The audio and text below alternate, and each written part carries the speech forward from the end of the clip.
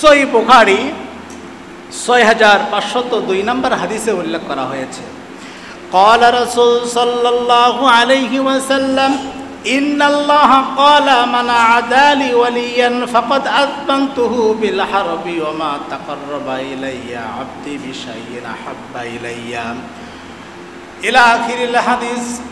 বিশ্বনবী মুহাম্মদ রাসূলুল্লাহ সাল্লাল্লাহু আলাইহি ওয়াসাল্লাম বলেছেন, এটা হলো হাদিসে কুদসি, ইন্নাল্লাহ ক্বালা, আল্লাহ তাআলা নিজেই বলেছেন, মান দাআ লি ওয়ালিয়ান ফাকাদ আযানতুহু, যে ব্যক্তি আমার প্রিয় বান্দা নবী রাসূল, পীর বুজুর্গ, ওলি আউলিয়া এবং আলেম বান্দাদের সঙ্গে প্রতারণা করে, ধোঁকায় ফেলতে চায়, দুশমনি করে, আমি আল্লাহ সুবহানাহু ওয়া তাআলা তাদের বিরুদ্ধে যুদ্ধের ঘোষণা করব।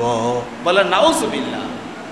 আল্লাহ তাআলা এই হাদিসের মধ্যে বলেছেন, যারা আমার প্রিয় বান্দা নবী রাসূল আলেম ওলামাদের বিরুদ্ধে দুশমনি করে, শত্রুতা করে, এরা হচ্ছে নমরুদের বংশধর। এরা কার বংশধর? নমরুদের বংশধর। সুতরাং আমি আল্লাহ এদের বিরুদ্ধে যুদ্ধ ঘোষণা করব।